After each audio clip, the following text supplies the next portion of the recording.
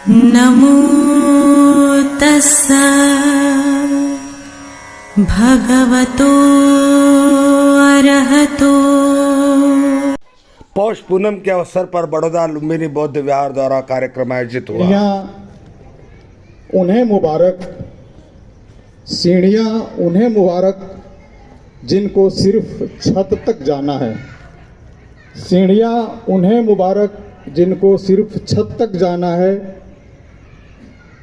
मेरी तो मंजिल धम्ममय भारत है, रास्ता हमें खुद ही बनाना है। सीढ़ियाँ उन्हें मुबारक जिन्हें छत पर जाना है। मेरी तो मंजिल है बौद्धमय भारत, हमें बौद्धमय भारत बनाना है। तो साथियों, ये थे शाक्यमुनि चैरिटेबल ट्रस्ट और बड़ौदा शहर के बौद्धों के अध्यक्ष विक्रम प्रसाद जी। कल लुम्बिनी बौद्ध विहार पर पौष पूनम का कार्यक्रम आयोजित हुआ। इस कार्यक्रम में बहुत से बौद्ध उपासकों ने हिस्सा लिया। कार्यक्रम के पहले मधुकर अहिरे जी के पापा की 15वीं वर्ष पुण्यतिथि मनाई गई। इस पुण्यतिथि के अवसर पर भी धम्म के बारे में चर्चा हुई, धम्म के गूढ़ रहस्यों के बारे में जानकारी दी गई। इस कार्यक्रम में महिला अध्यक्ष संध्या गाढ़े, इस कार्यक्रम में भारतीय बौद्ध महासभा के जनरल सेक्रेटरी राजेश परमार, इस कार्यक्रम में भारतीय बौद्ध महासभा के प्रकाश सोमकोर जी, शाक्यमुनि चैरिटेबल ट्रस्ट के जनरल सेक्रेटरी उज्जैन सामुद्रे और गुलाब राव इंगरे ने भी हिस्सा लिया और उपस्थित जन समुदाय को बौद्ध धर्म की जानकारी देते हुए बौद्ध धर्म के लोगों को सक्रिय रूप से कार्य करने के लिए अपील की।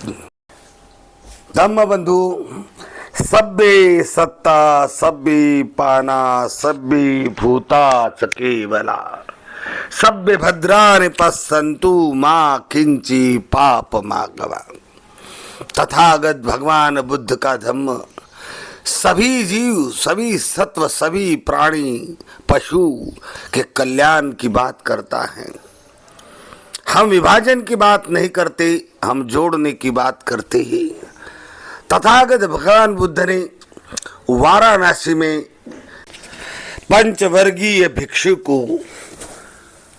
पहला धर्म उपदेश देकर धम्म चक्र प्रवर्तन किया। उसके बाद भगवान ने उसी वाराणसी में वाराणसी के नगर श्रेष्ठ के पुत्र यशस्थ, जो बचपन से भोग विलास में बड़ा हुआ था, भोग विलास का जीवन जी रहा था, अचानक ऐसे जीवन से उगता जाता है, निराश होता है, घर बार छोड़ देता है, भोग विलास का जीवन छोड़ देता है और सुख और शांति की तलाश में इधर उधर भटकता हुआ भगवान के संपर्क में आता है और भगवान उसे अपनी अमृत वाणी सुनाते हैं और यह सच भगवान से दीक्षित होकर भिक्षु बनता है। फिर उसके बाद यशच के घर भगवान का भोजन दान होता है। वह यशच के माता पिता, यशच के 5 मित्र और अन्य गांव के लोग धम्म से जुड़ते हैं, दीक्षित होते हैं और इस तरह से 61 लोगों का संघ बनता है। यही संघ की स्थापना है। जब ये संघ बनता है तो बुद्धं शरणं गच्छामि, धम्मं शरणं गच्छामि के साथ संघं शरणं गच्छामि भी जुड़ जाता है। फिर उन 60 लोगों को भगवान अरहंत अवस्था पर पहुंचाते हैं, भाव चक्र से मुक्त करते हैं, दुख चक्र से मुक्त करते हैं और भोग विलास से मुक्त करते हैं। जब देखते कि अब इस संसारी भावनाओं से पूरी तरह से मुक्त हो चुके हैं, अरहंत बन चुके हैं, तो भगवान उन्हें आदेश देते हैं, चरत भिक्खवे चारिकं बहुजन हिताय बहुजन सुखाय देशेत भिक्खवे धम्मं आदि कल्याणं मज्ज कल्याणं पर्योसान कल्याणं। के भक्षियों, बहुजन समाज के हितों और सुखों के लिए, देवता और मनुष्य के हितों और सुखों के लिए आप इस धर्म की देशना करो। घर घर जाकर लोगों को सत्व सात्विक ये सो धम्मो सनातनो, इस सनातनो धम्म की बात करो। मनुष्य को दुख के कारण बताओ, दुख से मुक्त होने का मार्ग बताओ।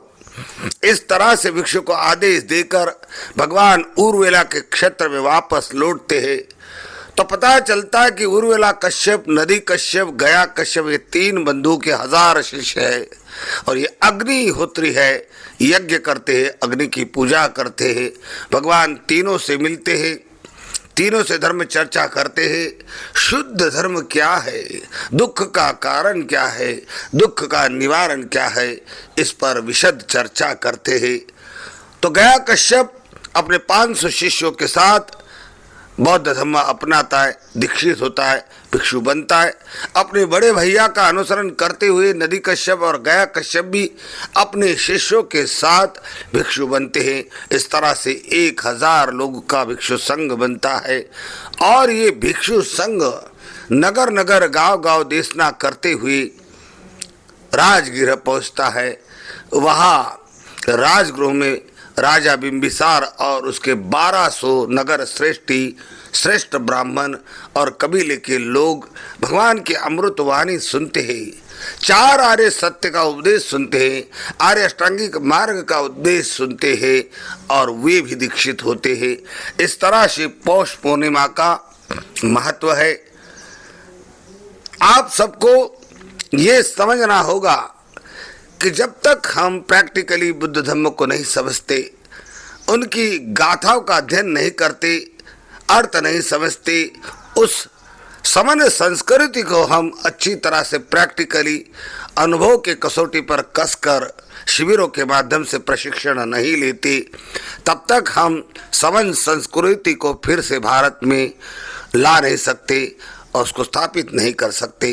इसलिए हर बौद्ध उपासक का ये कर्तव्य है कि गहन अध्ययन करे, गाथाओं का रटन करे।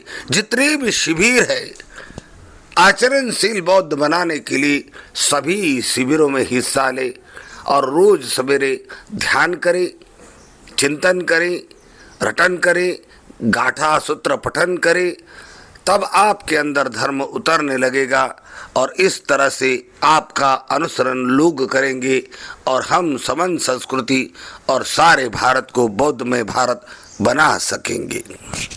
भगवान बुद्ध के चरणों में मेरे कोटि कोटि वंदन। बोधिसत्व डॉक्टर बाबा साहेब आम्बेडकर जी के चरणों में कोटि कोटि वंदन। यहाँ उपस्थित मेरे सभी उपासक उपासिकाओं को मेरा जय भीम। आज जो रविदास साहब ने बताया कि पूर्णिमा हमारे साल में 12 पूर्णिमा आते हैं, वे 12 पूर्णिमा को हमें उस समय क्या क्या हुआ था वो हमें जानने को मिला। आज गाड़े जी ने बताया। वैसे बौद्ध धर्म में हर एक पूर्णिमा का एक विशेष महत्व है। दुनिया के बौद्ध देशों में पूर्णिमा को श्रद्धा पूर्वक मनाया जाता है। वैज्ञानिक दृष्टि से देखा जाए तो पूर्णिमा के दौरान आकाश में हल्की हल्की हवा चलती है, ठंडी ठंडी हवा चलती है। पूर्ण रूप से चंद्र का आकार गोलाकार होता है और उसकी रोशनी हमें आनंदित करती है। पूर्णिमा के दिन धम्मचरण का पालन करना भी उतना ही आवश्यक है कि पूर्णिमा के दिन हमें क्या करना चाहिए। हमें उपोषित व्रत करना चाहिए। सुबह से लेकर शाम तक हमें क्या करना चाहिए, मैं थोड़ी बात आपको बताना चाहूँगी। हम जब शिविर में यहाँ पहले जो 25 महिलाएं थी वो आपको हम बताएंगे कि सुबह 4 बजे हम उठ के स्नान वर्दे सब संपन्न करके हम ध्यान करने के लिए हमारे भिक्षुनी आई थी आर्या जी, उनके साथ हम ध्यान करते थे। उसके बाद जो उन्होंने हमें ध्यान सिखाया था, 2 घंटे हमारा ध्यान। उन्हें मुबारक, सीढ़ियाँ उन्हें मुबारक जिनको सिर्फ छत तक जाना है। सीढ़ियाँ उन्हें मुबारक जिनको सिर्फ छत तक जाना है। मेरी तो मंजिल धम्ममय भारत है, रास्ता हमें खुद ही बनाना है। साधु आदरणीय विक्रम प्रसाद जी ने सभा को संबोधित करते हुए लोगों से कहा कि डॉक्टर बाबा साहब अम्बेडकर ने हमें जब धम्म दिया, उस धम्म देने की तिथि को आज 70 साल हो गए, लेकिन भारत में आज भी जगह जगह भारत के सभी राज्यों में अभी तक बौद्ध धम्म नहीं फैला। और ये इस कारण नहीं फैला कि बहुजन समाज के लोग जितना गहराई से, जितना गंभीर होकर बौद्ध धम्म का अध्ययन करना चाहिए, उसकी देशना करनी चाहिए, उसका प्रचार करना चाहिए, उसको जीवन में उतारना चाहिए, वो हो नहीं रहा है। इसलिए युवाओं का, युवतियों का और महिलाओं का ये आद्य कर्तव्य बनता है कि ये धर्म महान है, ये धर्म विशुद्ध है। भगवान बुद्ध का धम्म विश्व के लगभग 50 राष्ट्रों में है और वहाँ के लोग इस धर्म का आचरण करते हुए सुखी है, संपन्न है, वो देश भी सुखी है। तो हम जब तक आचरणशील बौद्ध समाज नहीं बनाएगी, आचरण में इस धर्म को नहीं उतारेगी, तब तक हम भारत को बौद्धमय नहीं बना सकते। इसलिए आइए इस धर्म के कार्य से जुड़िए, अपने बच्चे, अपनी बेटियां, अपनी बहू, परिवार के साथ धर्म के मिशन से जुड़कर धर्म का अध्ययन करे, धर्म को सीखे और धर्म का प्रचार करने में लगे। शोध में अपना जीवन लगा दिया और महल छोड़ के वो जंगल के रास्ते में निकल पड़े और उन्होंने सुख का शोध किया। और अपने को ये सुख के शोध में अपने को क्या दिया है? शील का पालन करना, अष्टांगिक मार्ग पर चलना है, 4 आर्य सत्य को हमें पालन करना है और ये चीजों के लिए हमें कहाँ जाना है? विहार पर जाना है। जनरल सेक्रेटरी उज्जैन सामोदरी जी ने सभा को संबोधित करते हुए बौद्ध उपासकों को बताया कि जैसे पारस से लोहा सोना बनता है, यदि हमें सोना बनना है तो सोना बनने के लिए हमें बौद्ध विहारों में जाना होगा, शिविरों को अटेंड करना होगा, वहाँ जो सिखाया जाता है उसका चिंतन करना होगा, घर में प्रैक्टिस करनी होगी, ध्यान करना होगा, सूत्रों का पठन करना होगा। यही नहीं तो सब ने बौद्ध धर्म के प्रचार प्रसार की जिम्मेदारी अपने कंधों पर उठानी होगी, तभी हम भारत को बौद्धमय बना सकते हैं। साथियों, इस तरह से लुम्बिनी बौद्ध विहार बड़ौदा में आए दिन कार्यक्रम होते रहते हैं और प्रैक्टिकल बुद्ध धम्म सिखाया जाता है। और इसलिए आप सभी को हर रविवार की धम्म सभा में आना ज़रूरी है, शिविर में हिस्सा लेना ज़रूरी है।